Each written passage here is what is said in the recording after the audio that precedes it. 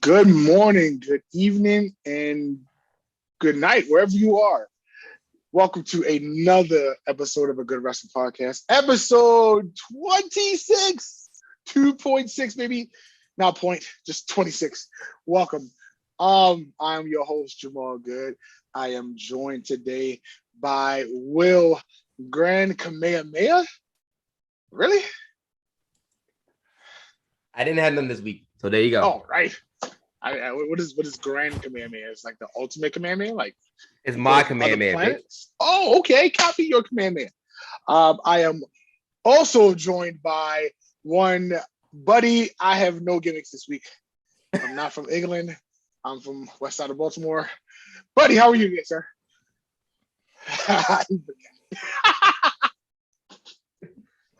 Don't try to scramble to get the shit. I fucking hate you, Jamal. Blue Crab Dudley, some bitch. You would have been good if you didn't say nothing. I know. And as soon as she started saying that, I was like, God damn it. Why we gotta do this? Every week. We forgot we're from Liverpool. We just forgot. Next week, I got you. You'll be back home on your home turf. I understand. I got it. With the immigrations. Copy that. So now, ice caught up with you. Yeah, coming around. Certain people on the internet was like, "Are you ready from here?" I'm like, "Hey, kiss my ass." Not they believe in you and shit. The fuck? You know what I mean? I was going back and forth with this Muslim guy. Oh shit! He was all mad. He was like, "What? Oh, we live? Oh, I'm sorry. Okay." His last name was Khan. Okay, I said, fuck all the wow. He's still going. I said, fuck Tony. I said, fuck Nick. And he was like, well, you gotta be all racist. I'm like, I'm not racist, I'm black. Stop it. Fellas, it was a good week in wrestling this week. It was amazing. And for the most part, fuck you, Jamal. And fucking notes. And all I'll say is that I was happy with all the shows in wrestling and the free shows that they didn't make any money off of. You talking about the free pay-per-views? Every fucking week. Yeah, the free shows they did on YouTube, but like they just gave it away and they think it's a good thing. Well, before we get to that, let's go ahead and start with Monday Night Raw this past week. We had a tag team match of champions. We had Becky Lynch and Charlotte Flair defeated Sasha Banks. No contest bullshit. The end of the no contest again. Another waste of time, and it's something that we don't have to talk about next. But you figure, I mean, you got all four. Something's going to change. Nothing happened. I think nothing happened. Also, I forgot to do my cheers. Do you think that the Bianca Belair spot? Hold on, Jamal. Should have been Bailey. I don't know. All I'm saying is, should have been Bailey. Cheers, people. Yeah, I'm saying would have been a full horsewoman. Is that what that's supposed to be? But since she's out, and they put Bianca in that spot. Bianca deserves where she's at, but I'm not saying she doesn't. It's just. But all right, I got whiskey in my cup. Let me talk about it. So the problem isn't the fact that they're trying to do so much with so little. You know what I mean? It's like they just implant people in the same formula over and over again. That's what the issue is. Yeah, well, I'm just saying, like, go ahead.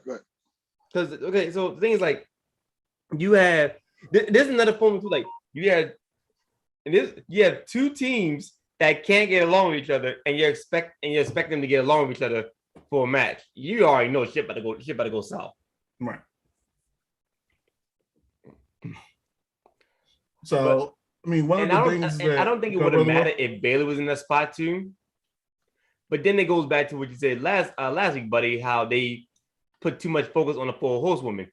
Nothing against them, but yeah. Like you have other people that you can produce. You know what I mean? At least try. Huh? Bianca's one of them. You got Bianca, then you got Rhea, who's in the tag team right now. I mean, I'm still a fan of Dana. And you got Shayna for that matter. You said Dana Brooke, but they buried the shit out of Dana Brooke.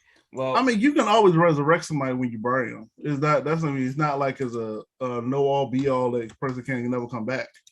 Is she a main eventer though? I mean, you can make anybody anything. Anybody can be in the main event spot. Can they thrive in it? That's a different story. Right. You can put Dana Brooke in the main event spot, but what if she'll last up there is basically a sink or swim situation. Correct. Do you? The question is, do you have Vince's blessing? I mean, who does these days? The question is, do you have Tony Khan's blessing? I mean, no. But with those are silly bastard Nick Khan's blessing. I heard stuff about that too.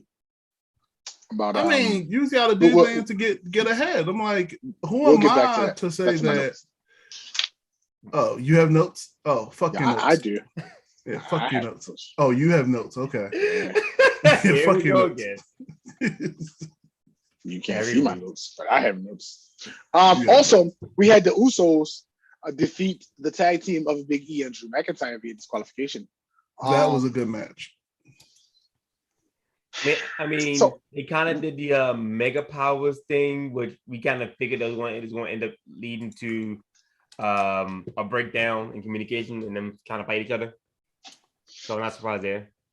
Yeah, this before Crown Jewel, they're setting up a lot of good matches, potential matches. Let me say that because Drew's going to SmackDown, correct?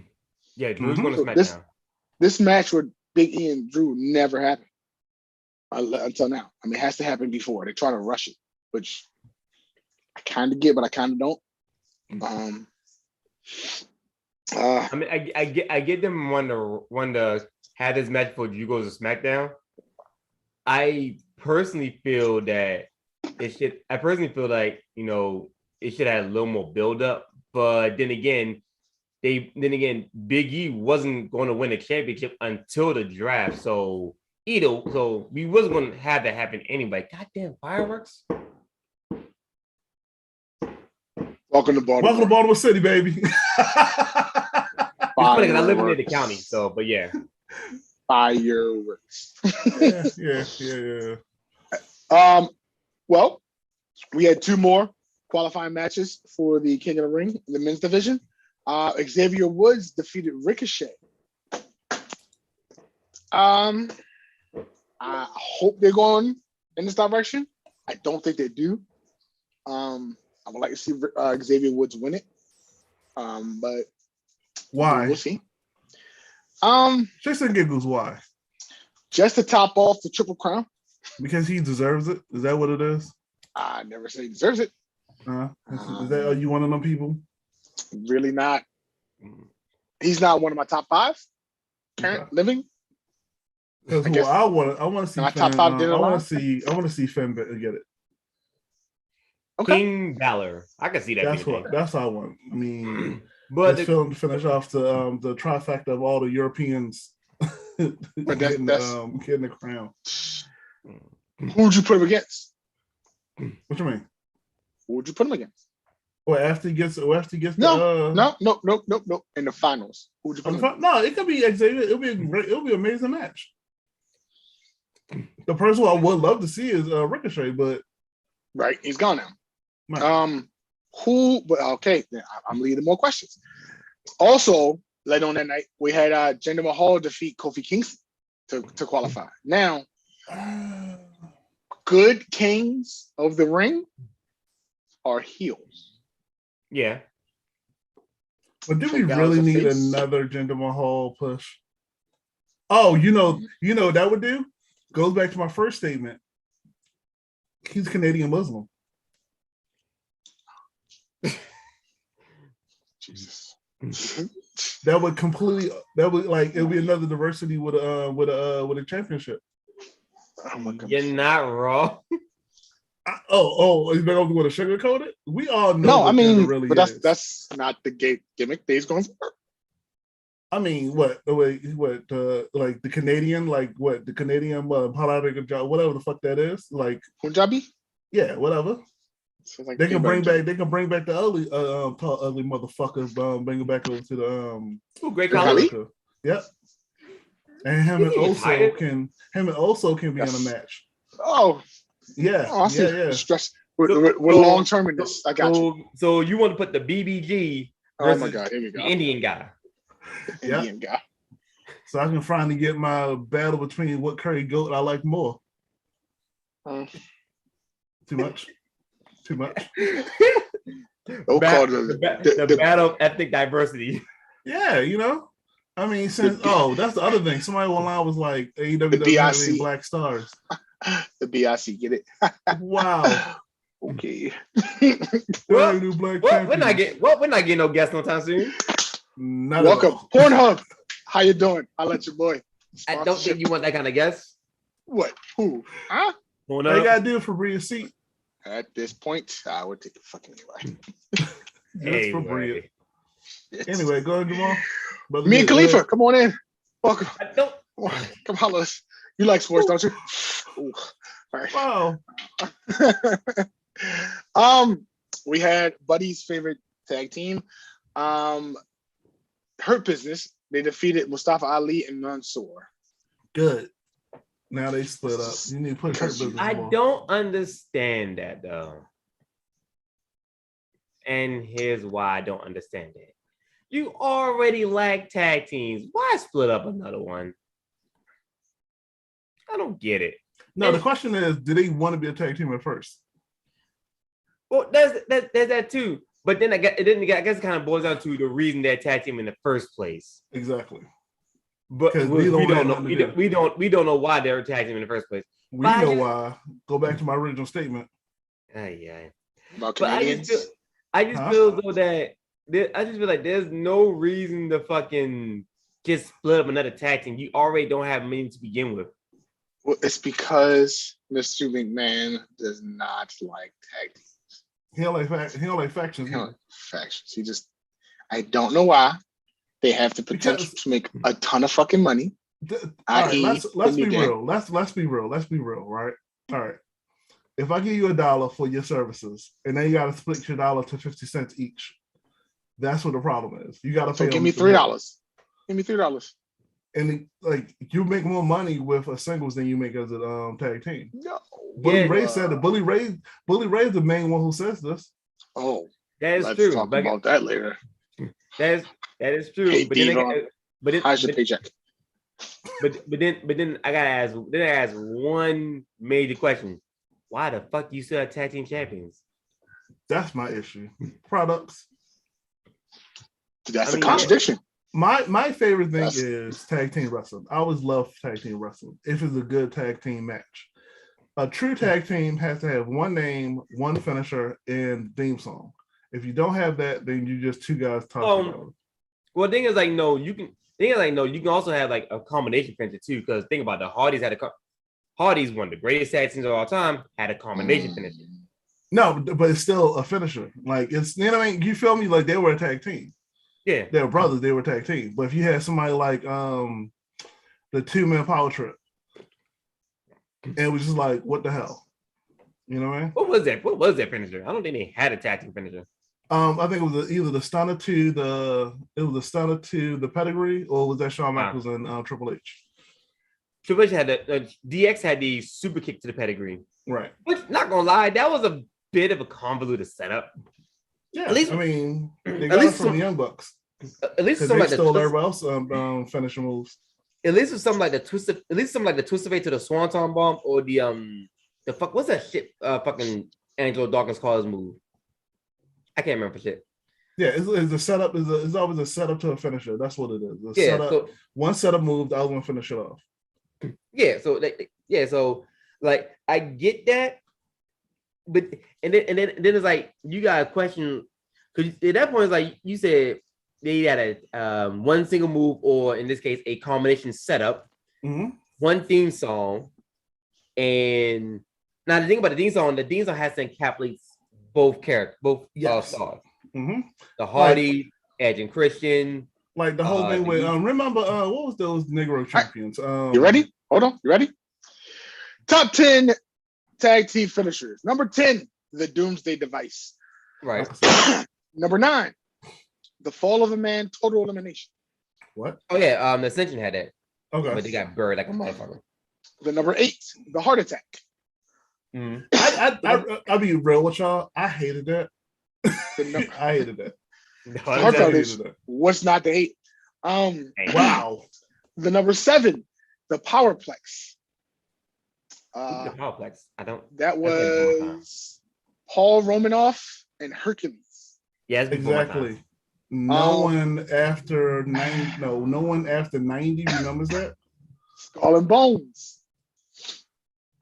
That Who? was the Motor City Machine Guns. Oh wait, which one? Because they had like a couple tag teams. They had several. It just says Skull and Bones. That's it. Okay. The most Number 5. And they were one of my favorite tag teams in TNA. I'm not going to call it Impact. The Spiked Power Driver. That was Arn and Tully. No, Yeah, that should not have been a finishing move. That should have, because one person just stand there and the other one actually do the move. Jumps off the top rope. I mean, you just stand there like, hey, I'm holding the guy through my crotch. This one? Hold up. That don't make sense. They messed this up. They messed this up. Wow. Oh, wow. I know this one. Number 4. Okay, I know this one. Number 4. The Steiner DDT and Steiner Bulldog. I'll never say anything bad about the Steiners because one tell the truth. Tell the truth, man. Tell the truth. Yes, but that shit was fucking stupid. So why did I think that the 80s, you gotta remember the 80s finishers wasn't as complex as the 90s. Yeah, a lot of 80s like let me finish the list and I'm gonna come back to the Steiner because it would be really good if you would have sent the list out as notes. So time out before you I just looked it up. This is called impromptu. Like we just time out before you continue that. Go ahead, brother. That list. So I found out what Skull and Bones was, and it's that neck breaker splash combination that they use. Okay, I remember that. That was amazing. Number 3, the Shattered Machine. That's a really good one, though. I like that one. Who did that? Number FTR. That was FTR. Okay. Number 2. I thought you was talking about Baby Pharaoh, Baby Brainbusters. Grand Altitude, yeah. Grand Altitude. Oh, the shit from America. Yo, that setup was nice though. The fucking Jason Jordan tosses him up and Chad Gable hits him with a fucking elevated backdrop. Yes. And that was then good. Number 1, the 3D. Yeah, 3D was one of the most protective finishes of all time. It was because Bully Ray was so like, that's my fish. I don't want y'all to do anything. Why did I thought that the Deli Steiners did something off the top rope? They did. Let's go. Scott Steiner did the Frankenstein. Yeah, and if you hear from him, he's the one who created it. Yes. And he's going to completely ignore all of Mexico luchador wrestling. Because he's a Steiner. That's what they do. They're bullies. Now, as far as tag team moves, there's other ones out there like Meet in the Middle from DIY. DIY. They had DIY and Meet in the Middle. There's the Hardys. I don't remember the fucking name. I don't know they had a name for theirs. Edge and Christian didn't really have one, but their character was funny as fuck. Shit, they didn't have a tag team name, and they was laughing about it. It was like we never had a tag team name. Yeah, that's true. Authors of Pain. I like the final chapter, but they didn't start using a super collider. But I like the final chapter more. Because let's be fair, you got one big dude holding you and then rushing his leg sleep, and then you got the other big dude hit you a fucking clothesline as they both drop. When the Eliminators, it wasn't Eliminators. Who was the tag team in the ECW, Jamal? It wasn't the Pitbulls. It was the Saturn's Prairie Saturn's first tag team. That was the Pitbulls. No, it was the Eliminators. It was something else. Hold on. Anyway, I'll look it up. Y'all continue. But yeah, as far as like there's other tag team moves out there. Like the Machine Guns have a bunch of them. Eliminators. I was right. It was Eliminators. They did the leg sweep clothesline. Oh yeah. The leg sweep clothesline. I think it's what the Ascension did at one point. Oh yeah, yes. I see that right now. Yeah. Oh, and he also got Red Dragon, aka Bobby Fish and Kyle O'Reilly. Their little tag team finisher. I like that one. But the funny about it is like it's basically what the Eliminators did, which is what the Ascension did, but they just like slightly different. Did different, right? But it's basically the same concept though. But I liked it though. I definitely liked it. back to Monday Night Raw. Do we really have queens to? of the Queen of the Ring qualifying matches. You mean Do we have to go over that? you mean the bathroom? You mean the bathroom break matches? Let's be fair. Wow. Okay, time out. That's sexist as shit. Okay, look. Let's be fair. How long are those matches? How long? Somebody even brought up on Twitter. How long were those matches? Less than 3 minutes. So Shayna Baszler defeated Dana Brooke in 1 minute and 22 seconds. You know what? All right, I mean, not to cut y'all off. The thing that gets me the most is all of a sudden everybody give a fuck about female wrestling. Like everybody give a damn about WNBA. Like this is a new thing within the last 5 years. Like before that, that's what their matches were. Yeah, you know what I mean? Yeah, doing the Divas division. Yeah, they was considered bathroom breaks, and they was trying to damn this to fucking get out that stigma. And unfortunately, this seems to be more main roster thing than NXT thing. Correct. Unfortunately,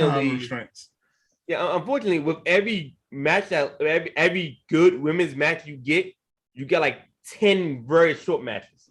Right. Because everybody gotta have their time. And this Queen's Crown tournament is the perfect example of what I'm talking about. Like all the matches have been rather short, less than 5 minutes. I personally think that they did, and it's going to sound sexist, but it's not sexist. I'm not trying to. I mean, technically, everything. They should have their own fucking show. Just give them their own show. All right, so no one watched 305 Live. Really think somebody gonna watch that? Watch WoW. It's amazing. If you put out watch Shimmer. It's amazing. You put out a good product. See, the thing is though, you gotta go back to what Triple H said too, because Triple H made a comment about something Mickey said too about women having their own show, and it's been a while. I forgot exactly what he said, but basically, I'm going to kind of paraphrase. Him and the company don't see a reason, because they were talking about Evolution 2. Mm-hmm. They don't see a reason to host another one because it feels kind of pointless. And Triple H said, "This was a weird. I get what he was trying to do, but it's still weird to make this comparison." He said, if we were to host an all men's pay-per-view, people would be upset by it. So why should we host an all women's one? That's what they did. They did that for years. They didn't do it for years. There has been plenty. They always had one match of pay-per-views with no women wrestling. Yeah, because I don't want to watch it. Around that time frame, women's wrestling wasn't taken that seriously. Right. So take it seriously now. Give them their own shit. All right, how about this? How about we watch Shimmer and watch Wow, and then we can be like, hey, it's out there, and like you don't have to recreate the wheel. Like because like they were talking about WWE hosting a all women show or WWE hosting a all women's pay per view. Now, my thing is what's going on now is, do you have the roster to even do that? Mm-hmm. Without going to NXT or NXT UK. With Nick Khan, I agree with you, brother Will. You said it. Like the reason NWA was able to do so, the reason Impact Wrestling is able to have their knockdown pay-per-view is because not only do they have the roster, but they get people from that's not within the company. Like friend of the show, Lady Frost. Right. She's not signed with Impact Wrestling, but she showed up. That's motherfucking name dropping shit. I see what you did. There we go. I like it. Keep your fucking mouth closed. That's my favorite wrestler. What the fuck is y'all talking about? Nope. That's bait. We're not going to that one. Nope, that's bait. What y'all talking about? As bait. We're not gonna talk about what happened last week. Her moonsaults are off the. They the shit. Telling you. Anyway, back to what I was saying. So the reason and why. And hell, even AEW. I'm way too drunk for this. And hell, no. Let's go back. Why no. We don't have time. Can we please keep on? Like I told you, we're gonna get. We're not doing it. We're not doing it. We're not doing I it. love We're not doing it. No, We're not doing it. We're I'm not doing it. confused. I think y'all got some misconception of me not liking her. When my hand goes up, your mouth goes shut. But she's a great wrestler. I love all her matches. I'm a fan. Brother Will, can you please keep going? Just keep anyway, going. I was saying, even AEW has had like granted, yeah, it was on AEW Dark, but let's be fair, it's better than nothing. At least it gets eyes on the product. Correct. It may not be on TV, but it's still eyes on the product. WWE's only done one thing, and that was one Evolution pay-per-view. AEW's have hell, even on I think either Dynamite or Rampage, 1 or 2, they've had scenarios where most of their matches were women's matches. I mean, but it kind of it's a slippery slope. It's a real slippery slope with that though. It is. It is. That's true. Because with every 2 good ones, there's 6 bad ones. But then again, that's what most matches to begin with. That's what most wrestling calls to begin with. Like there aren't many scenarios where top to bottom the card is fucking excellent. That's very few scenarios. Y'all just gonna ignore my name. That's why we have we're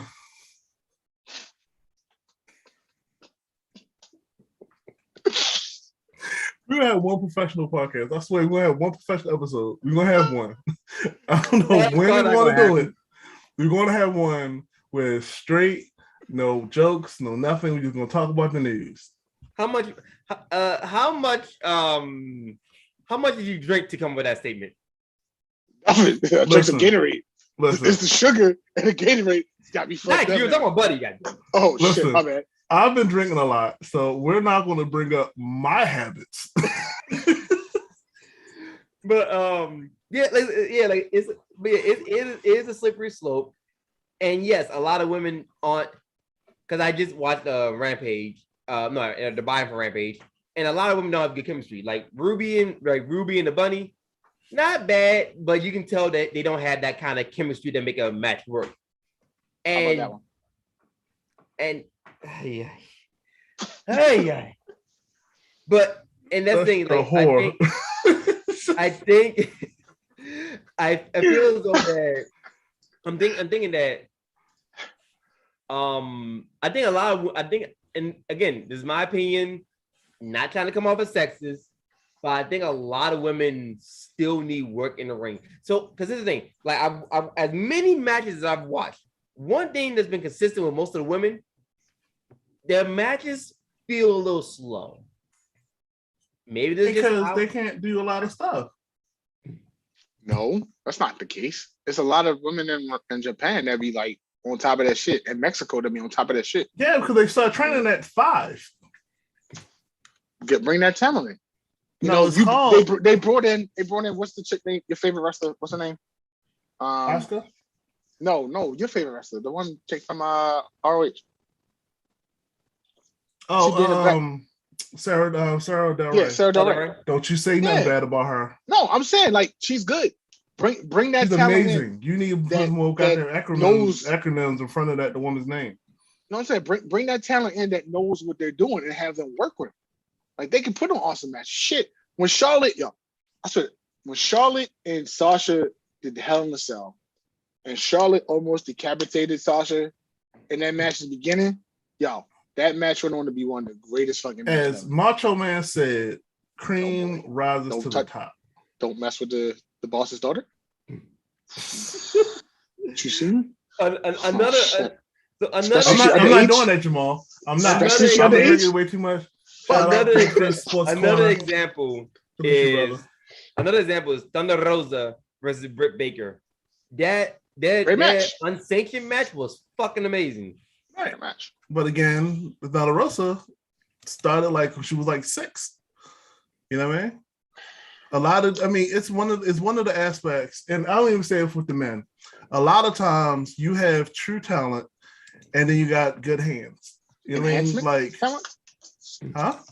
You got good enhancement talent? Right. I mean, they just in the ring to bounce around. Yeah, but I think the problem with especially with WWE, you get all this good talent. Like, let's be fair. Why is Ricochet a good hand? This man should be mid-card royalty at least. He's not Samoan. And that's why I think I said mid card royalty, not heavyweight royalty. Who's that? I'm sorry. Ricochet, aka Prince Puma. He was amazing as Prince Puma. I was about to, I'm gonna get his mask. So this is what happens. I'm telling you, they did it with Daniel, and they're gonna do it with Finn, and they're gonna do it with Ricochet. They're doing it with AJ right now too. They're holding them back. AJ once those contracts up, once those contracts up, never been held back. AJ he's the world champion. Wait, okay, yeah. Jamal, listen. I'm not just talking about their title runs. I'm talking about their in-ring ability. AJ is helping. Well, okay. Jamal, let's talk about AJ for a second though. So, AJ is definitely much older in years, so he can't do a lot of stuff he used to do anyway. Let's be fair, because AJ in the younger years, this man had a fucking diving reverse moonsault out the ring. He's not doing that no more.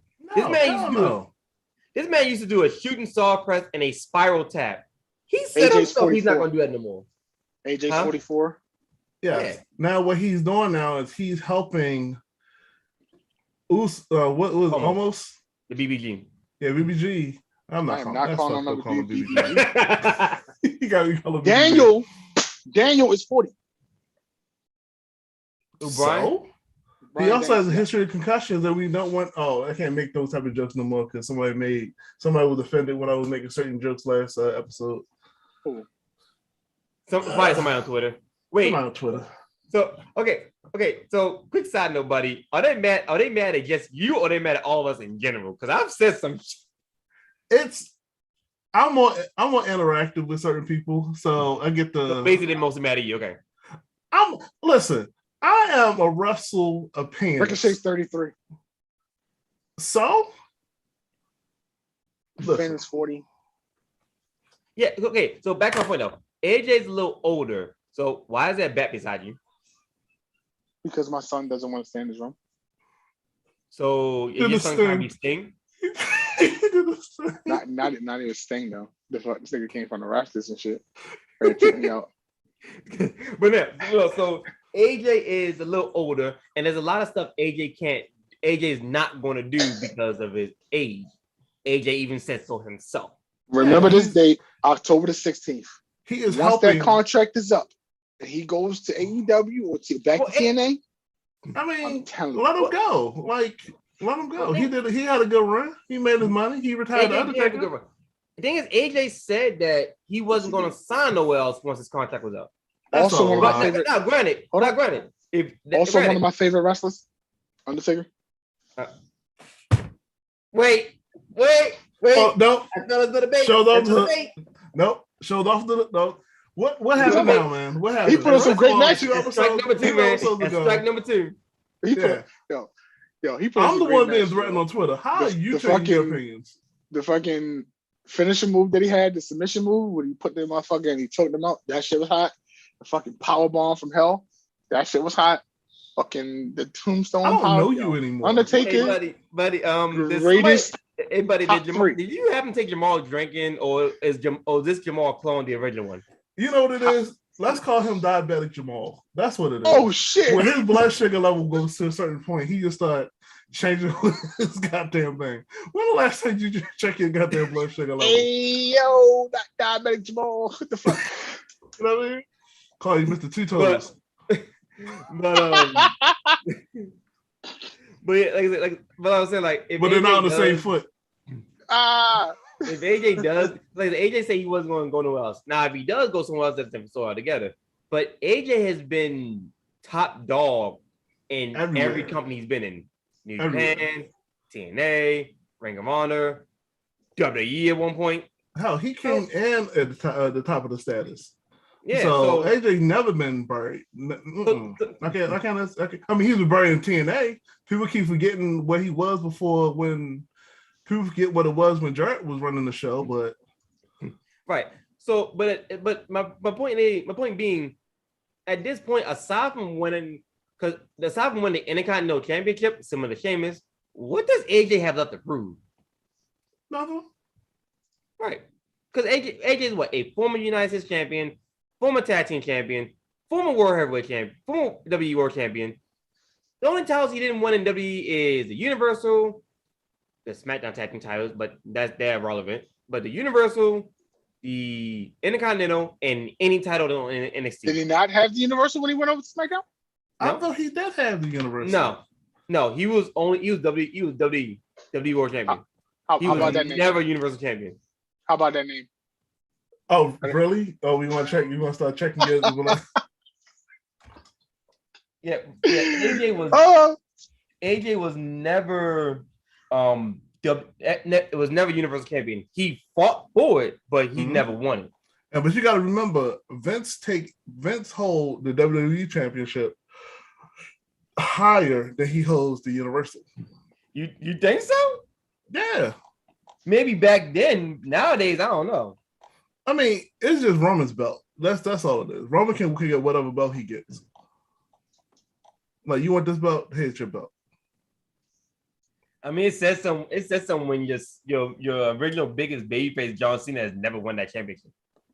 That's true. So I'm looking at right now to prove my point. Yeah, he didn't. Yeah, he had a WWE twice, Intercontinental, US, Raw tag team. Raw. Yeah. He's a Triple Crown champion. Apparently, he's a Grand Slam champion. I missed that. He's won Intercontinental. He was in an Intercontinental Championship tournament, but he was Intercontinental champion. I just remember that now too. Yeah, he was Intercontinental champion because he lost that to who did he lose that to? I remember because he was in a feud with Daniel Bryan. Mm-hmm. Now I remember. So yeah. Basically, aside from winning the Universal Championship, what does AJ have to prove? Nothing. So at this point, AJ he's going to do. He's going to do the same thing Daniel did because there's a whole bunch of talent that he hasn't won up against yet. But no, that's not true because AJ went to New Japan. Daniel Bryan never went. He didn't go over there. Okay, but look at the talent now. If he let's be real. AJ has faced. I think he's faced Kenny Omega. Yeah. That was a whole Bullet Club situation. Yeah, they were in Bullet Club together. Yeah. AJ has faced Kenny Omega. AJ has. He was not that Bullet Club at the top of that shit. Hold on. Huh? Not the number one wrestler. It don't matter. Like that's like going like he's not. Only thing I can see him doing is trying to retire in TNA because that's where he started.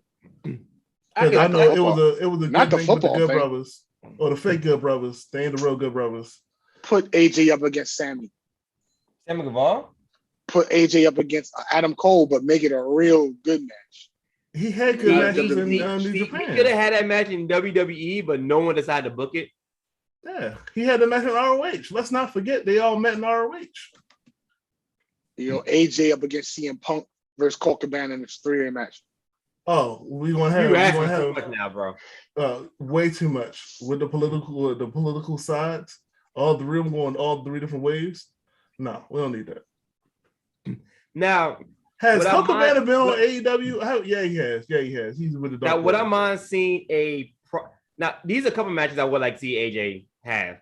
I want a redo, a proper redo of him and Nakamura. I want a proper redo with no fucking low blows. AJ up against -1. Really? Are you just randomly listening? And he already faced Uno and Chikara. No, I said no. He's talking about Brody's son, Ricky Starks, Scorpio Sky.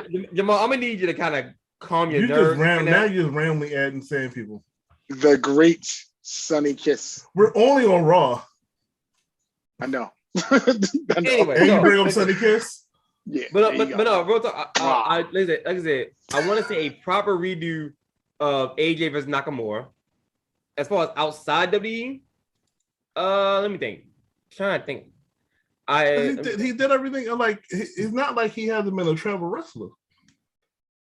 Yeah, I was just thinking of Dream Match. Oh wait. I do. There's one I want to see. There's 3 actually I want to see. What, him and Finn Balor? I don't think he's faced him. AJ in 3 different singles matches against Death Triangle. Wow. Who? That's a lot. Death Triangle. Pac, Ray, and Penta. Because I don't think AJ is, to my knowledge, AJ has never faced Pac. I gotta look that up. I'm sure they did in the PWG. Possibly. Maybe I'm overlooking it, but I don't. But to my knowledge, no. Same thing with Penta and same thing with Ray Phoenix. At least that I don't know. They fought back in 2015. Was it singles or tag match? Singles. Who? AJ versus Neville. Okay. Yeah, Neville. Yeah, that was there was an IPG. IPW. WPG? Yeah, IPW. Oh, PW. Okay. So let's move on to NXT. Okay. And PWG. We had it's slowly and surely becoming my favorite show. Well, NXT. We had the psychedelic thing. If you watch it drunk, it's amazing. Wow. All the colors just be shooting at you. I think this week was Tommaso Ciampa. Did Tommaso Ciampa face Joe Gacy this week or last week? I think it was past week. This past week. Was this week? Last week? I think so. But go ahead. Anyway, if it was this week, then because I'm having trouble remembering to be fully honest. But either way, Jamal, look at your notes. We don't have any. I'm not saying Jamal, look at your notes. Huh? I'm looking at them now. Oh, you're looking at them now? Oh, yeah. Okay. We'll wait for you to look at your notes. Be prepared for your own show. Asshole. Ciampa defeated Gacy. First, yeah. So it was this week. Okay. So yeah. So he defeated him in the first match. Thank you very much. In my notes. Hold on. Wait. But anyway, so yeah. So I went to the top game for this.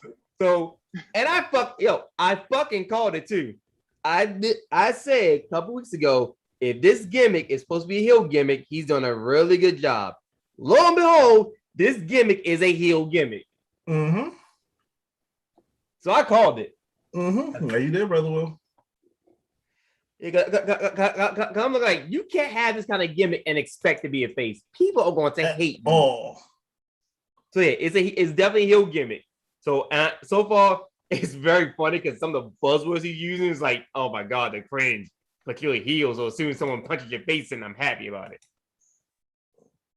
Now, from my understanding, we're going to have. Oh, so the main event. Go ahead. What? So not next week, but I think it's a week after. I'm pretty sure it's a week after Halloween Havoc. We are going to have Raquel Gonzalez. For some reason, I struggle to say her first name, but Raquel Gonzalez versus no longer Blondie Mandy Rose in a spin the wheel stipulation match. The same wheel Johnny Gargano hates, but yeah. And I wish that Toxic Attraction would come up with all the belts. That would be fantastic. I mean, if they come on a Halloween Havoc with all three or both titles, it would establish them as a top heel dominant force. Top heel faction. Yep. And it would be nice to have Mandy Rose with the title, which I believe would be her first. Yeah, Mandy Rose has never been a champion. Her gimmick's popping right now, so go for it. But speaking of titles, we had a title change. Santo Escobar defeated Swerve. Wrong. Fuck you mean? Wrong. Swerve defeated Escobar and Carmelo Hayes defeated Swerve. Same difference. No, it's not. It is. It's not. What? How? No. Explain. You got a black man defeating a Mexican man and a black man beating a black man. Pretty sure that's not how we announce them as a Mexican man. Black man being a Hispanic man and a black man being a black man. Pick your fucking poison. We are politically correct. I am not politically correct. You got the wrong nigga. To be correct, you want to say African American.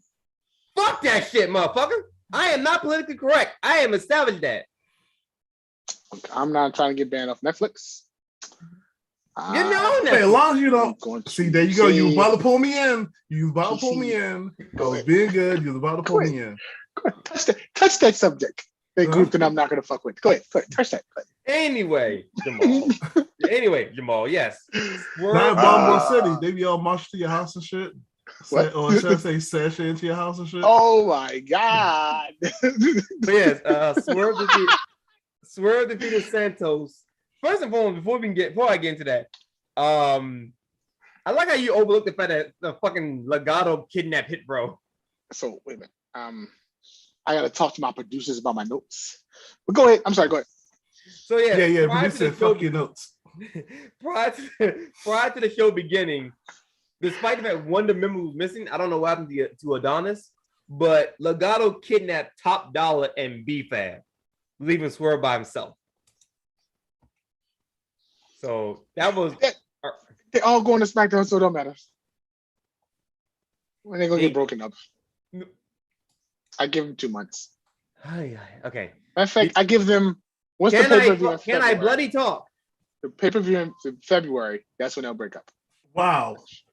Anyway, so that's when everybody dropped their belts to their counterparts. Mm-hmm. Anyway, so having Legado kidnap Hit Row led to Melo cashing in his contract to beat Swerve. It be Swerve to become the new North American champion. In other words, it was highly overbooked. That's what I said in so many words. It was highly overbooked. Yeah, but the thing is, Jamal, you said Santos beat Swerve, but Santos didn't beat Swerve. I told you that my producers fucked my notes up.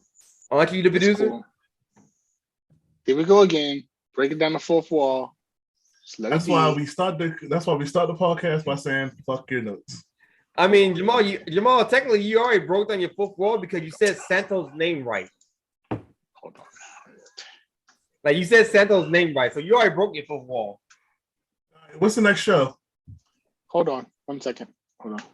Oh, you want to change your name again? Like I'm gonna be diabetes. I'm gonna be diabetes. Because you can't change my name. Because goddamn, I'm the Deadpool of this shit. I mean, you're half right. I'm not about you're the dead part of this shit. I'm not about the Deadpool. Anyway, what's the next part of the show? SmackDown. We on SmackDown now. The super great show. Amazing show. Go ahead, Jamal. So we're definitely building up to. Well, what's your name? Yes, I can. Negro. Yo, okay. Oh, wow. Wow. Okay. I didn't know that was a thing. Neither did I. Call me He-Man out this bitch because I got the power of Greystone. Fuck out of here. Go ahead and change your name back because I don't remember what it was and I can't spell that shit. That's horrible. That's horrible. Anyway, SmackDown, go for it. Look, we're trying to be more politically correct. Can we get like asterisk star percentage sign? No. I'm trying to make sure we make this podcast profitable, but you are killing me. You are legit killing me. Anyway, most people are watching the podcast, and all of a sudden, we got Mr. Diabetes over here and shit. Hey, look, goddammit, we're positive. So, yeah, you are on positive. To this week's head-to-head. Because of sports on TBS and TNT, we had actually the WWE and AEW go head-to-head this week. Well, yeah, because SmackDown was on FS1 this week. Yeah, so who do you want to talk about first? SmackDown or you want to talk about AEW? Well, SmackDown goes into AEW because, AEW because during the last 30 minutes of SmackDown, that's when AEW Rampage's buy-in started. And when Rampage started, that's when SmackDown was going to end. So we can start with SmackDown then. Yeah. So, not gonna lie, I am interested in this Edge Seth Rollins feud. I do like the fact how Edge basically said, what if he did the same thing, went to your home and a impromptu confrontation with Becky Lynch. And I'm like, bro, you already did this shit before with John Cena, which he did acknowledge too. But why? I get it. Edge is a great talent. but you have so many people in the back room or in a locker room itself that you could be using instead of Edge. Again, great talent. I like him.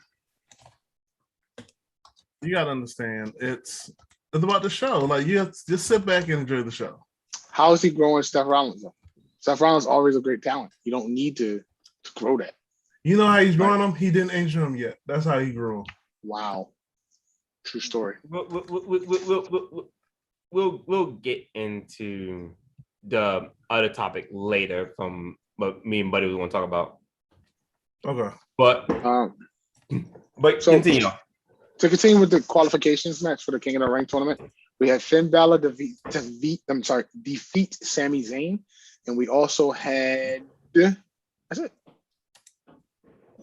No. Yeah, it's a finals. No, it's the semifinals. The finals having the crown jewel. So, in a women's Queen of the Ring match, we had Selena Vega defeat Carmella, and we also had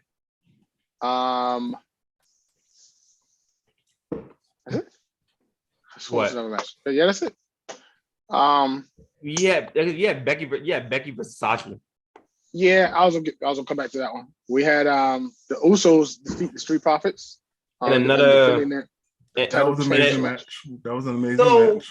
So again, this kind of brings back to a point I made a couple weeks ago. Why the fuck do you have your Extreme stipulation not happen at Extreme Rules? Right. Like, I don't get it. You had an Extreme because we both know why. Fox is like, I want ratings. Fuck your pay-per-view. On Peacock. Fuck it. Yep. Mm-hmm. Yeah, because Fox is like, this is what I want. I want to win tonight. That's what it's all about. It has nothing to do with events. Maybe it's about Fox, because that's why that's why SmackDown is a better show than Raw. Maybe I'm not a financial guy, but to me, if you put everything on your own website like they did, you would make more money. Yeah, Fox gave you $1 billion. Was it $1 billion or $5 billion? No, you got to remember. You got to remember. They make their money off the top or for Peacock. Fox want ratings. When the Fox executives don't give a fuck about nothing else other than the ratings. Who are you going up against for Friday? That's the point. It's nobody. You're going up against this check. Shake it for me. That's what Fox wants. That's what Fox wants. Yeah, I can see that. Fox don't give a fuck about nothing. They don't give a fuck about wrestling. They don't give a fuck about the talent. The only thing they worry about is ratings. That's why we're getting these amazing matches on free TV. Hashtag I still pay for cable. But we did say before that they were gonna find a way to get Sammy out the tournament because Sammy's not allowed in Saudi Arabia. So right, they got him out of the tournament. We also had Naomi return to SmackDown. Naomi got Queen beat up Naomi by Sonya Deville and Shayna Baszler. That was amazing. She got jet. That was amazing. So, the way when Shayna came down there, another friend of the show, it was just amazing. Yes, she is. Wait, how's Shayna a friend of the show? Talk to you offline. But wait, what? I'll talk to you offline. Okay. All I'm saying is that spot was amazing. That spot was amazing. Her coming down there and like again, I'm hoping this works. Shayna, you build this up. I'm happy with Shayna, especially since in fact me and her have the same birthday, so I'm happy with her. You build this up, and Shayna and see it can't work. Shayna is being the badass that we want. Yeah, yes, you can. She is being the person. So you build this up. You have Shayna and Sonya beat up Naomi, right? Mm-hmm. Which then in turn brings back her cousin Nia, and now they go at it. Wait, isn't Nia on Raw though? No, she has not been. She was not drafted. She was drafted. Check it again. She was not drafted. I thought she was hurt. She wasn't. She's hurt. Nia was drafted. No. I remember reading that article, and I don't remember seeing her name on the list. Let me look this up. Cause something not right about this.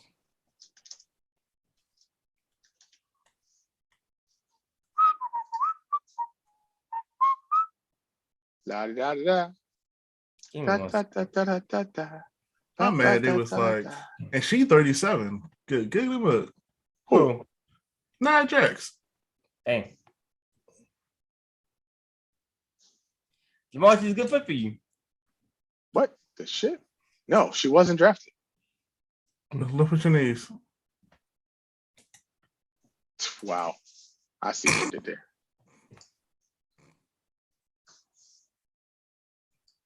Face down. They got these put the mouthpiece in it. Please take care of it. Wow. Remember when Kurt Angle used to walk around those mouthpiece with balance on it? Draft. And that day, 2021. List results. My God, it's the same fucking one. Yeah, Nia Jax is on Raw. Well, at this point, it doesn't matter because she's gonna pop up on SmackDown because all the Samoans are getting the belts. It makes sense for her to get help from her cousin. Right. It makes perfect sense. Or The Rock's daughter, who's not ready yet, and we just talked about that. Neither is Naya. The Usos baby brother either. But his ass coming. Yeah, he's going to be on NXT with a different name. But yeah, because Nia Jax and Tamina are both on Raw. I'm looking at the picture right now. Right. But we know that Vince don't care.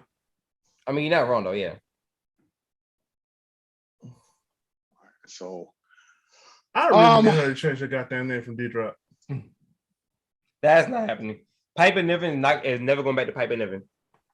It's not right now. Anything else. It's anything else. Just I don't even know why they gave it that name, but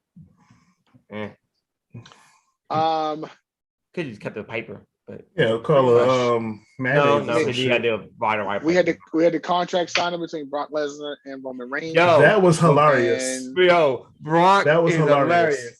Like you looked at Roman was talking all that good shit, and Brock's like, Roman, I read a contract this morning with my advocate Paul Heyman. Roman's face immediately went like, drop. You're like, nigga. Paul like, I didn't do it. That shit was so I wonder what they're gonna do with it. Like nothing. They're just gonna play out until WrestleMania. That's a long ass stretch of Brock. Shit. Yeah, because Brock's not supposed to show up again until I think maybe the Royal Rumble. Yeah, he's not. I mean, he pops up and then he'll be able to feed more people to Roman. Yeah, no, let's see what's going to feed the Roman, because at this point, who really? I don't mind Roman, I really don't, but it's like, dude, like you win every match. It's going to get old soon, and nobody wants Big E to lose his belt yet. So it's like, what you want to do? But my thing is this, because we got Survivor Series coming up. Mm-hmm. I want Big E to win against Roman because it will establish him as a top star. Right. And he's been having the best time of his life as a champion. The problem is, I don't think they're going to let Big E win. I think they're going to let Roman win. And it's like, Roman doesn't need the boost. Give it to Big E. But who knows? I mean, we'll see. But why you got that little sinister laugh on your face, Brother Good? No, I was listening to the whole Roman calling Brock Lesnar a dumbass. And like I read it with my advocate Paul Heyman. Which leads into AEW Rampage buy-in. Yes. I'm gonna have y'all go ahead and talk about that while I take a diabetic piss. I'll be right back. Little TMI, but okay. Wow. But anyway, so yeah, I did look up on YouTube before we even started. Gonna beat this. The buy-in. This motherfucker.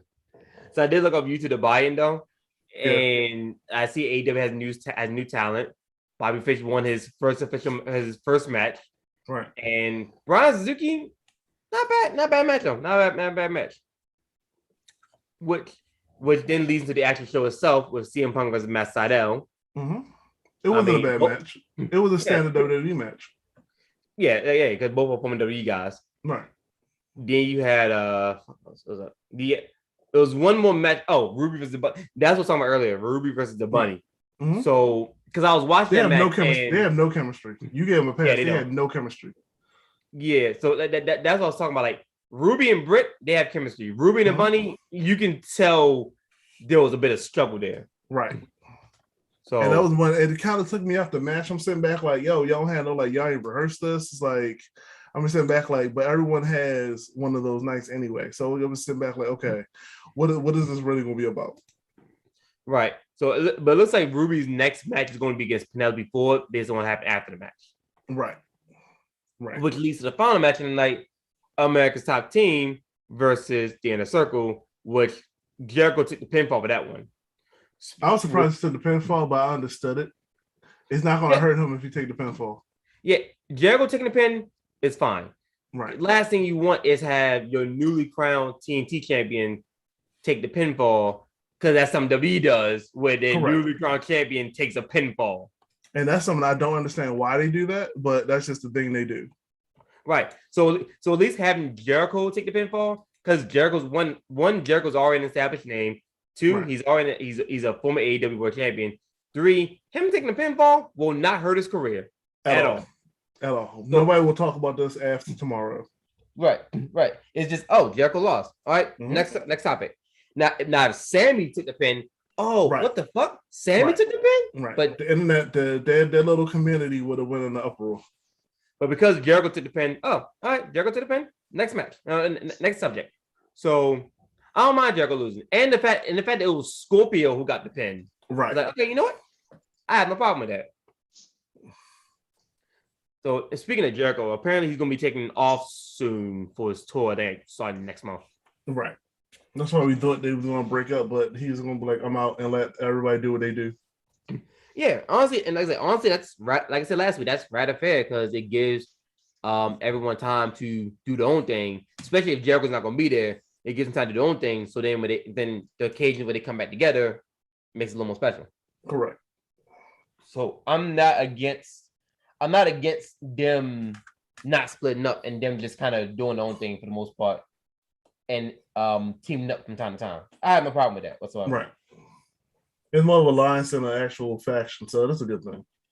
Yeah. So that's how sometimes ROH do theirs. So I'm all for it. Yeah, because the foundation did that. And so the LFI, right? The Faction Iglonable. I'm pretty sure I butchered that last part, but okay. Speaking of which, they're coming back to Baltimore December 11th. Yep.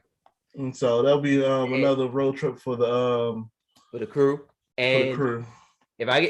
If for some reason if this happens, I'm losing my shit. If Shane Taylor comes up and says something to one of us, especially me, I'm losing my shit. Well, I might have keep the composure, but in turn, I'm losing my shit. Huh? Another great wrestler. I love him. Because, like I said before, when I initially found out about it, I retweeted it. You know, let the guys know, hey, Ring of Honor's coming back to Ring of Honor's final battle coming back to Baltimore, December 11th. And then went about my business. All of a sudden, I see Shane Taylor likes to tweet. Now I'm like, bro, I am a nobody compared to you. How did you even see my tweet? We can plan something out on that day. We might do a live podcast somewhere around there. We know the area now, so we can just get some stuff situated. Because we said that the last time we were supposed to go and never did it. We were tired. Old man had to get put back to bed. Talking about you, Jamal.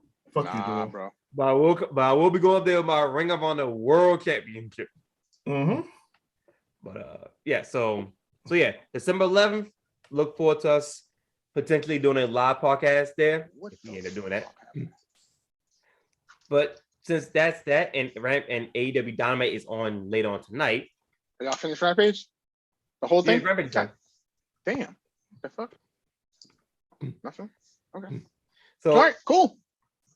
So now we go into the actual subjects or news that anyone bring up, which brings me to something Buddy said recently. Yes. So, all the saturation of talent. Right. So I understand the tour and all, but goddamn, how many times is every match of his is going to be a 5-star match. It's just like every time he goes around. Let's run this back. What we talking about? Minoru Suzuki. Okay, go ahead. Yeah, he's going on American tour, and the community is overhyping everything he does. And it's just like, I get it. He's a good talent, but goddamn, it's like he is bouncing around to all these productions, and it's like, I get it, and I understand you're doing a world tour. I mean, you're doing an American tour, you're making your money, but you can't compare it to someone who's actually still in house. Like, oh wow, he's here. Like, I get it. But within the last month, he's had like 10 matches, and all of them 5-star matches. I'm like, really? He's doing the same goddamn move. Now, granted, yeah. I don't want to be the asshole that says it, but I gotta be the asshole that says it. Like, yo, like tone that shit down. Now, granted, yeah. I'm not gonna say all his matches were 5-star. His matches are good, but I'm not gonna say they're all 5-star classics. I'll give you that. But my comment saying like we don't care when WWE does it, why should we care any other time? Is because let's be 100% honest, how much they oversaturate certain talent. Mm-hmm. Like 53. Like I get your complaint about Minoru Suzuki, and I really do. But at the same time, it's like when you look at how when he shows up, he'll show up for maybe a promo and a match, and then be gone. And then on top of it, he doesn't show up every week, so that's something. Also, we could also bring in, since he's doing his world tour, he's making his money. Let's talk about Punk, another saturation of talent. It's like he'll talk half the show, have a 3-second match, and then it's like, what the fuck? Right, but again, the same thing I said before. But again, it goes back to my same comment, because if we want to talk about oversaturation, like CM Punk, we got to talk about oversaturation like a John Cena, a Seth Rollins, and a Roman Reigns. But it's different levels. I don't think it's an oversaturation. Well, I do think it's oversaturation. But what I think is they're trying to get ratings out of CM Punk, which I kind of understand, but I kind of don't. So I get the idea of having CM Punk on Rampage because he's one of the biggest stars. I wouldn't even do that. If you go and they want to give it to the crowd, okay, so give him a dark match. You don't have to be on TV every week. You got AEW has so much talent that they don't utilize. It's ridiculous. Well, most companies have a lot of talent they don't really utilize like that. Not like they pull stars from everybody. It was basically everybody mad at Vince. They all going over here and no. Cake and rob Tony Khan because he don't know how to run a fucking wrestling show. When you start, you know how when you start a new NFL team and they take a couple people from this team, a couple people from that team. That's what they did with AEW. They took a bunch of talent from everywhere and then they're not using it. Yeah, like punk ass Nick Khan fired half they got their roster. And let's not ignore that the ratings every week is going down because they're not storyline central. They're more or less of the pop of the week central. Yeah, so Rampage is more lines of they're just for wrestling, which isn't a bad thing, but long term isn't. Well, I can't even say long term is not profitable because Ring of Honor has done stuff like that.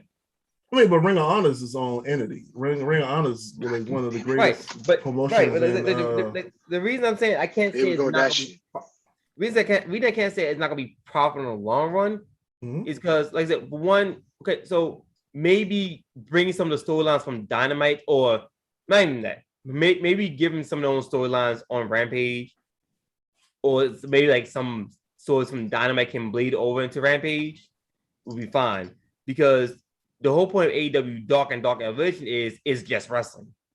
Right. So now with that being said, having CM Punk wrestle different wrestlers start a week isn't necessarily a bad thing because you give that person time to shine. So I gotta give him credit for that because last time we saw him, like, okay, I gotta use Matt Sydal because he's a recent one. But if I would use a different person, like who, like, let me think of somebody off the top of my head, which I can't think off the top of my head right now. But let's get somebody that hasn't seen much TV time like that as of late. Right. and put that person against CM Punk. Sorry, I can't find my internet. Give me 1 second. I mean, I didn't say it. One of the YouTube guys I follow, OTRF Central, he pretty much said that they have no direction. It's just like they just keep tossing things at the wall, and there's no long-term goals. Like you can't complain at one company that does it, and then you do the same thing. And Tony Khan walking around with a notebook like he's king of the world. You should not be the booker. I mean, W's done that too, but yeah.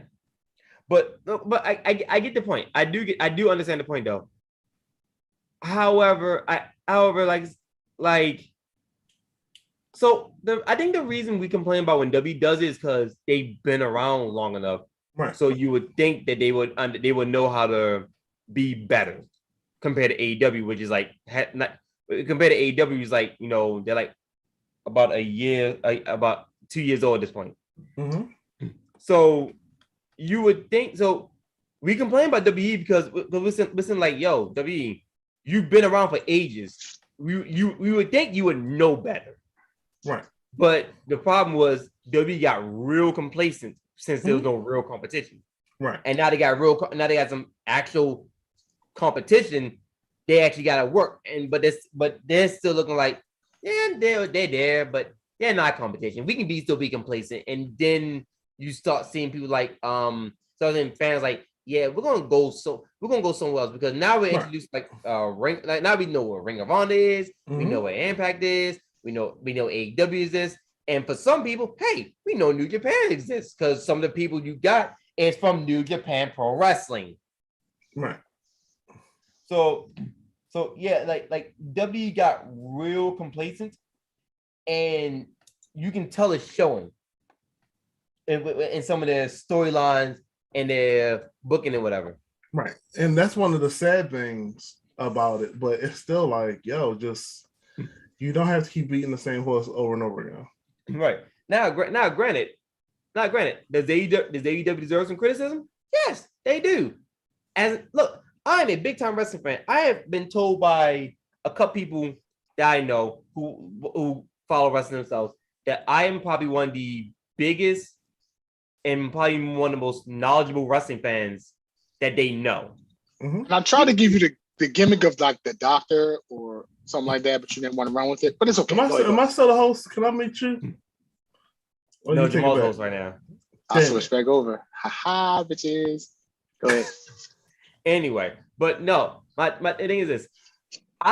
When I criticize wrestling, I criticize because I enjoy it and I feel it can be better. That's one of the reasons why I tend to criticize WWE and their booking of the women's division.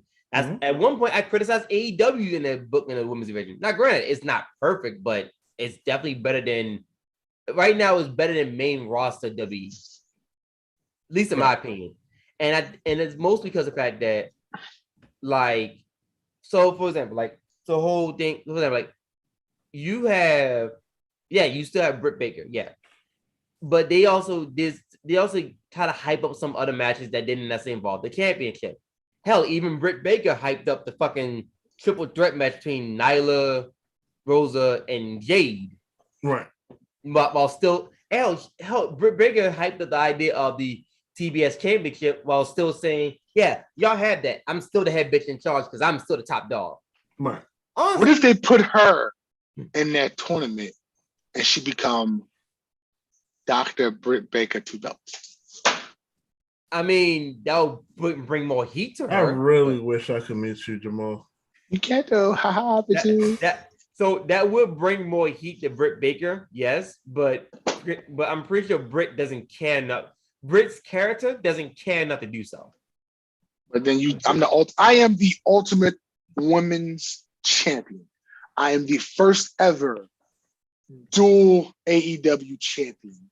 I am. If you want to boost it, if you want an ego boost and have a be the complete role model, then yeah, by all means, then have her do that. You know what I mean? And she can start calling herself the band. You know what I mean? little things. No, Her and Bebe can have a baby, and she called it all the day. I remember I seen that. I don't think we need that because big time Bex is talking about becoming Becky Two Belts again. Right. That's funny, yo. Adam Cole has baby. I see what you did. No, okay, too far. That's the other thing too. I gotta figure out where the hell did the baby part come from. I've been wanting that for years, to be honest. I'm pretty sure it came from Ring of Honor, but I just want to know how it started. Shit, I'm fucking around with the embassy. But yeah, like I criticize wrestling companies because I feel as though they can be better. Like hell, Impact Wrestling when it was TNA, it was a shit until Hulk Hogan and Eric Bischoff came in and started doing dumb shit, and then they struggled to recover. I'm waiting for Tony to do the same mistake. I'm hoping Tony doesn't do the same thing. Of course he is. He's gonna sacrifice. Like I want him to care about. Anyway, I'll leave him alone. He needs to keep WWE out his mouth and focus on his own business stuff. So yeah, focus on your own business. Focus on your own business, but always keep an eye on what your competitor is doing. Why? Because competition is a thing. Competition is good for wrestling fans, and competition can force you to be better. Correct. So, and that's one of WWE's problems. They like to ignore everybody. Right. Vince doesn't see anybody else other than himself, and people have to come to Vince and be like, "Hey, this is going on," and Vince is like, "So." And that was fine when you had no competition, but that leads to complacency. Yes. So I was going to be named Cole by my parents up until like 2 days before. Then they decided to change my name to Austin. The only reason I picked Adam was because there were so many Austins. I got to pick a different name, so that's what it was. That's what it is. The Adam Cole baby is very much influenced by Chris Jericho. When you used to stand and go, "Come on, baby," or "Come on, baby," I was like, "That's great." The other person who was influenced by was Joey Mercury. I saw him at an independent show, and he was walking around throwing his fists in the air, going Joey Matthews, Joey Matthews. I was like, that was so smart. If someone is not a wrestling fan, they will remember that name. So I combined the two. So that's how you got it. Yeah, that was for MCW. Okay, that makes sense. Cause I'm not gonna lie. During the pandemic era of wrestling, it sounded weird at having Adam Cole come out and do his thing and not having an audience. Say bye. Yeah, it felt really weird. Brother Good, do you remember seeing him in MCW when we was going to those shows? Mm-hmm. Mm-hmm. That's so me seeing him now is like, whoa, I remember you just being that little small kid. Yep, remember all of them. Yeah. So I'm pretty sure there's other stuff too, but first and foremost, let's go into the call for Dynamite that's coming up soon. Oh no. Let's talk about Bubba and Devon. All right. The brothers that are no more. Are you talking about my brothers? The brothers? Your brothers? Who? Brother Devon and Brother Bubba? Yeah. Blue Crab Dudley, if you would have named me right, you bastard. But you're from England. What happened? That's all Blue Crab, you bastard. That was last week. Anyway. It was last week. Okay. So we changed it. I'll get this every week. All of a sudden, people like, "Oh, you're from England? I thought you was from England." Like, let me stop this now. So we're the Deadpool. I mean, we're the Malenko of this shit. Okay. Wow. Man of 1,000 nicknames. We're the Legion. We're the Legion. I have multiple personalities. Fuck you, Jamal. What's up? What this shit? Yeah. Go ahead, try. Go ahead. No. Change the screen. Hold on. Let's see if I can open up your camera. Hey. No, it just says ask to start video. Motherfucker. Bastard. Go ahead with the news. You want to talk about the Dudley brothers? Report you. Huh? I can report you. Yeah, report this. So it's recently that Devon came out saying that that the Dudley Boys, he no longer works with Bubba Ray, and which led to a lot more conversation. So apparently what happened was, the WWE asked them to, sign another contract to re-up, and Bubba didn't want to do it. Bubba wanted to use the Bully Ray character, but Vince didn't want it to happen, so Bubba left. While Devon took a role behind the scenes, and he basically said now that they just don't talk. And a lot of people are going off at it like, oh, the reason they're not together anymore is because of Bubba and this and that. Which is, it's sad to say that it's bad for them not to be together, but they're grown ass men. So I kind of understand. That's the problem with tag team wrestling. What? That's ego. One person think they're better than the other. So Bully was like, he was doing the same thing in ECW. He's not original damn Dudley Boy. You know what I mean? It's like what he thought. He in his own mind, he think he came up with that damn concept. You know what I mean? That's why he wants to do his own thing. He wants to do something on his own. The problem is you ignore the rest of the history that you do with everyone else. Yeah, I can see that. You know what I mean? Think about it. When as soon as they allowed him to do the Bully Ray in TNA, he completely did away with Devon. Yeah. You know what I mean?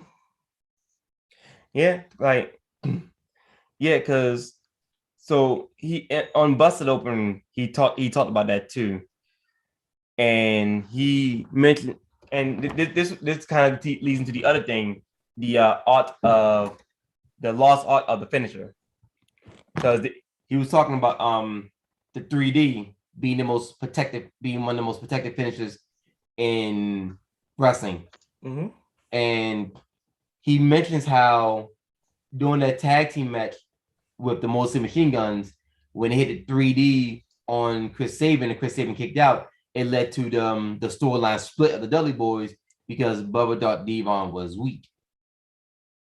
Which leads to the bully gimmick.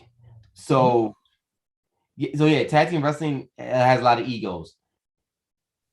No, especially when you don't grow up, especially like when you're used to tag so long, or you're not like blood related. Even blood related brothers can have egos too.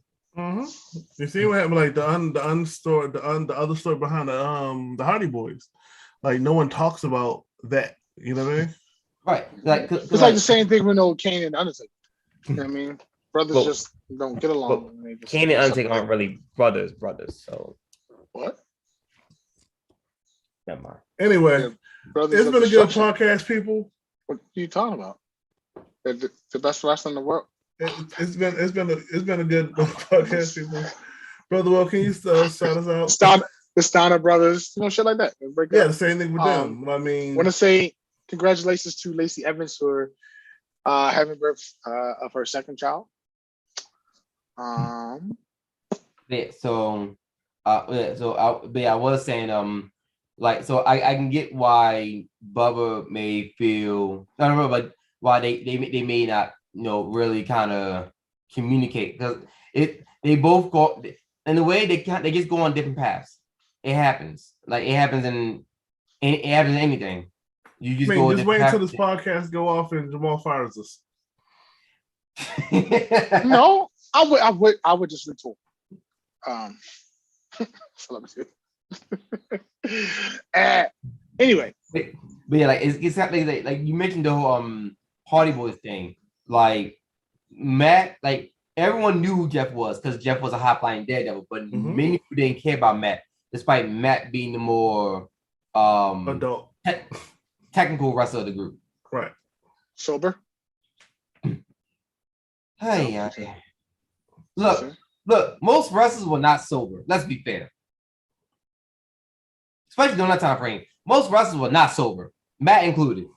I think wrestling was better when drugs was involved anyway. But I think wrestling was. I think let's not go in that direction. Let's not condone that. Oh, no, let's not. oh, okay, sure. Call me alcoholic. I don't care. I mean, you are an alcoholic, but we're not gonna talk about that. I mean, I'm not a quitter. Anyway, but but yeah, like so I do back to the topic of protected finishers. So on Busted Open, they said they want to know they wanted people's opinion on which finisher was the most what other finishers are protected. The one they gave an example was the One Wing Angel, and I agree. The One Wing Angel is protected. However, they did miss the black/red arrow because let's be fair, how many people have actually kicked out that move? I mean, That's not a big name star. That's true. So the black arrow is one. The black arrow, hell, even the black mask is a bit of a protected move. Because, but you gotta be. But it's more for the wrestler to be like, all right, for you, I'm not going to jump out of your. I'm not going to break out of your move. You know what I mean? Yeah, but I also get the why. Never mind. But I also understand why they feel as though wrestling moves aren't protected. Because let's be fair, most wrestling moves aren't really protected these days. Because like he mentioned how he mentioned a tag team match between Flair and Anderson and Dusty and I forgot who the other person was. Barry? I forgot it was Buddy something, but I can't remember. Barry Windham? Yeah, Barry Windham. And Barry Windham and he right hooked Flair and Flair never got up. Right. Because that was his whole thing. He walked around with a black glove and like that was his whole thing. Right. And Adam Page started using that. He stole the wrestler's gimmick. But no, what I'm saying is like to take a move as simple as Malachi Black's spinning roundhouse kick, the black mask, and to have people either duck it, get lucky, either duck it or get lucky enough to like be near ropes to get out of it. Mm-hmm. That's a way to protect the move because let's be fair, it's just a spinning roundhouse kick. But it looks nasty. Right. And you know how wrestling fans can be very fickle, but that move is very protected. Mm-hmm. And just remember the Anaconda Vice Grip, the CM Punk first move? Yeah. Like before he started using GT, he stole it from Go to sleep. Before he stole it. Go to sleep club. Yeah. Before he stole it from Kenta, thank you. That move was protected. I mean, not too many people broke out of that. Right. And it says and like when they said that aren't really like a lot of moves aren't really that protected no more, I immediately I thought of the super kick and unfortunately the Canadian Destroyer. And the DDT. That was original. Because when everybody's like, let's be fair. When Petey Williams showed that move off, that move was super protected. It was amazing. Because not many people can do a flipping fucking power driver. That move was really protected. I'm looking at the most dangerous moves, and that's in the top 10 of everybody's list. Yeah. Which, to me, is the fucking best move. It's a flipping power driver. Shit's the shit. I love that move. But now everybody goddamn do it. Right. Another move that I feel as though is protected, mostly because of the fact I don't see many people use it, is the Gringo Killer / the Vertebreaker. Because who got hurt? I know it was outlawed because of Hurricane did it in WWE. Right. But yeah, right. That's Homicide's main move though. Right. But that move, Homicide will drop you on your head and not care. Yeah, but yeah, that move was very well protected though. I don't see many people kicking out of that one. No, because when he does it, he legit will drop you on your head, like, yo, it is what it is. Another move that was kind of protected for a minute was the Muscle Buster, and the only reason it's not really being used, like the only reason it's so long to be used. That's in the top 5 dangerous moves as well. Yeah, because shit! Oh my god! What? Oh, I'm sorry. I just looked at the Gonson bomb. The Gonzo bomb? Yeah, that shit is nasty. God damn. Mm-hmm. I sent y'all a text. I sent y'all a text about that. The Gonzo bomb. Did. That shit is nasty. The Veda bomb. But I think the one move that is probably the nastiest move I've ever seen is a burning hammer. Yes. Because if you don't protect the other person, right? That's straight injury. And because of that, that move was rarely seen. Dr. Steve Williams, the lariat. Because you can't really protect yourself. Oh shit! Against a burning hammer, no, you can't. And honestly, for that kind of move, I would rather it be rare and used on certain occasions by someone who knows what they're doing than just be used by damn near every wrestler.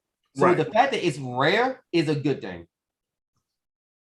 And the fact that the burning hammer is rare, I think is a good thing. And it helps keep the prestige of the move. Because you know that shit can fucking hurt somebody.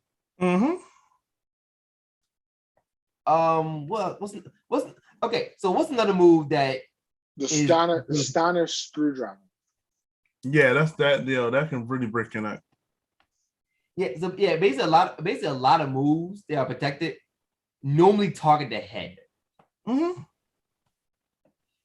And it's like the DDT. It's like the DDT was really protected, but then it became a transitional move.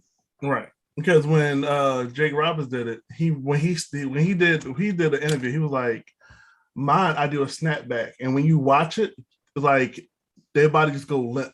There's no." Right. It was just like, what the hell? Right. Wow. Wow. But like I said, Malachi's black mass is protected, especially when someone sells it right too. It is probably when someone sells that shit, it tells it right. It is probably the funniest thing you can ever look at. Mm-hmm. I think there was like one time the move was not sold properly, and that was against Lars Sullivan. Other than that, and I think I don't really recall what happened there. I just remember like Black missed it, and yeah, it just wasn't that good. But other than that, that move was well protected. Well protected. Like that like it was like if someone came to you and said, hey, I want you to take a black mask for $100,000, would you do it? Hell yeah. Now, same person told you, I want you to take a burning hammer for $500,000. No. A Canadian destroyer for $200,000. I'm too big for that shit, so nah. Now, here's one, because I had a conversation with somebody, about this too. They said they want to take a spear for $100,000. However, they gave you 4 options. They gave you 5 options, and you have to pick one.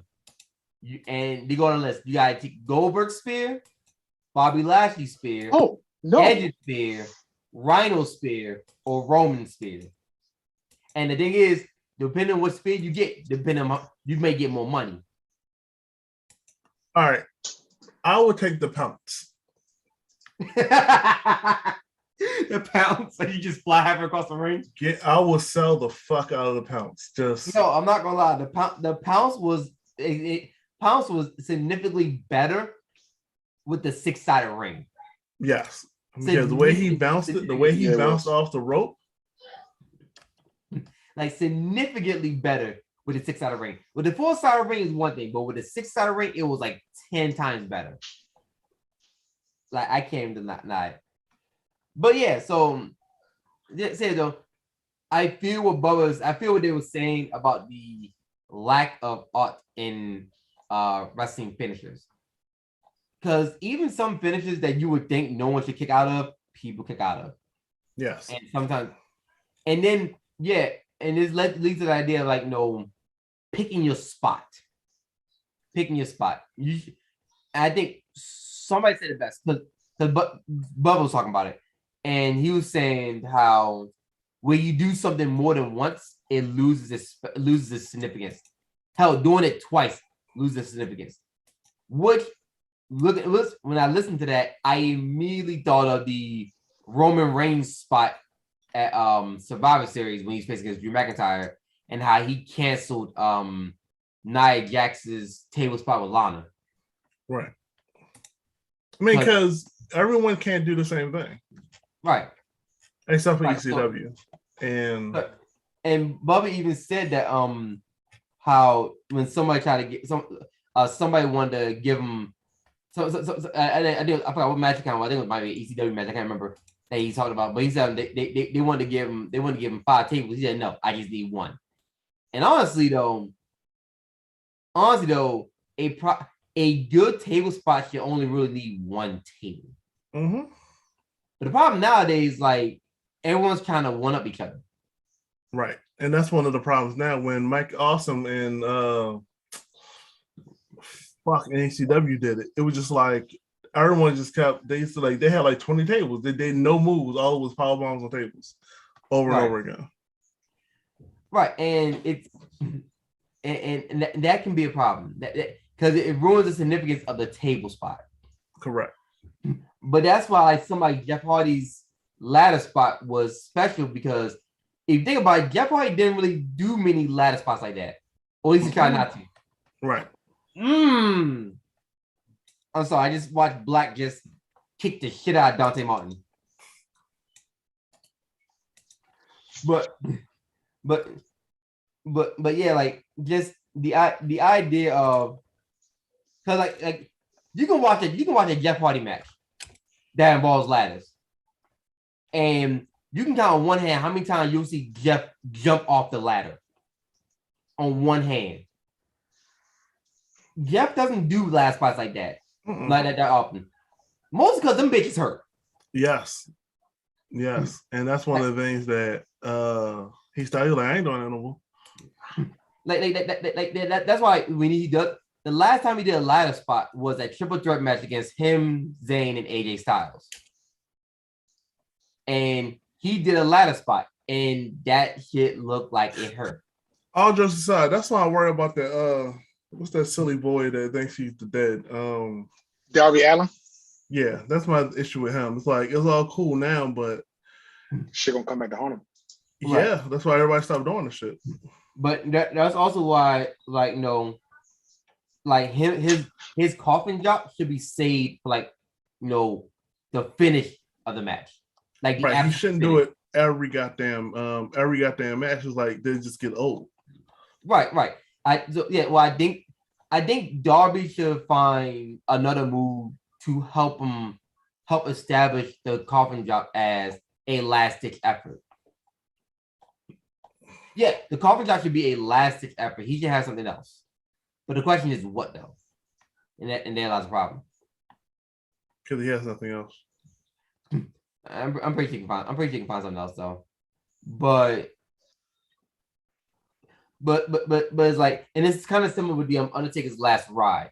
Because as Undertaker grew older, he realized you can't pick up a 200-pound man, pick up, lift the tights up, and then drop him properly without feeling that weight. And that's one of his. That's what he talked about it. He was like, he had to reinvent himself. But it was like, yeah, I'm not doing that. So that's why a lot of people go towards the chokeslam. Right. And why he still kept the tombstone, because he can still do the tombstone properly, mostly. But it's rather interesting when you look at certain older wrestlers and why they cut back or stop doing certain moves. Like I said, AJ's little dive outside the ring, the fucking backflip dive outside the ring. That man ain't doing that no more. He ain't that flexible no more. He ain't that flexible no more. He ain't doing that no more. He like, fuck that shit. But yeah, that was something I definitely wanted to talk about though, especially for this podcast. I thought it was a rather interesting subject matter. No, I mean you're correct, because we can go back about this on another episode, but the fact that if you don't take your finisher seriously, I won't either. Right. If you aren't willing to protect your finisher 90%, 99% of the time, no one is going to care about your finisher. That's why Kenny's finisher is like when he hits that, you know it's over. And I can think of maybe 1 or 2 times where someone kicked out and it wasn't over. Didn't Okada kick out of it a bunch of times? Huh? Didn't Okada kick out of it a bunch of times? Kenny didn't use the one wing too many times against Okada. I sworn he did. Had a bunch of false finishes. But okay. Kenny. See the move you see a lot of false finishes from with Kenny Omega is normally the V trigger. Normally the V trigger knee strike. That's you see a lot of false finishes for. But normally once the one wing angel hits, it's normally over. It kind of goes back to Japan too, because Okada's Rainmaker has been kicked out a lot. And that's he had an issue with that too. And I can see why he has an issue with that. Like, that's your finisher. Why should it be why are people kicking out of it like that? But yeah. What's going on here? Oh, that match. Yeah. Brother Good. What's up? That's it. I think we're done for the week, yeah. It's your goddamn show. Thank you. You over there watching goddamn YouTube. Looking up more videos. Trying to find some more dangerous finishers. I thank you, fellas. That has been a great episode. Like people to like, subscribe, tell your neighbors, tell your friends. Miss Frost, how you doing? Shane Taylor, hit me up. If any wrestlers watching this, well, make sure if any wrestlers watching this, share us out. We do this every week, and we do this every week. And if we get a chance to have you as an for an interview, yeah, we probably got to talk to your agent. It's probably gonna take forever in a day. But if we ever get a chance to have you for an interview, we would love to have you on the show. No need to talk to the agents. Just come on through. Holla at your boy. Fuck this guy. I'm pretty sure we're going to have to go through agents for that, but whatever. Just got you. Just hit Mr. CB. Just hit MC Blues. Get in contact with him. Get you around the show. I promise. Got you. Hit him up. Send the link. Come through. Interview you. Hour, half an hour, whatever you want. Just talk. Spill your heart, talk content. We got you. But I promise I'll actually have interview questions for you. No, you won't. I will. You never do. I come off the, done with this shit. That's what I do. But yes, thank you, fellas. Will, thank you for participation. Buddy, thank you for your participation this week. Shout outs to Aaron. Hope everything's well. Get better. We'll talk to you next week. And also, before we leave, just want to give a shout out to my wonderful daughter celebrating her 18th birthday this coming up Monday. Happy birthday, Mackenzie. I love you. Okay, you guys be safe. See you guys next week for episode 27, baby. Somebody's as long as they don't fuck up this time. What the shit? Fuck you, Jamal. 224s, special edition. All right, see you guys.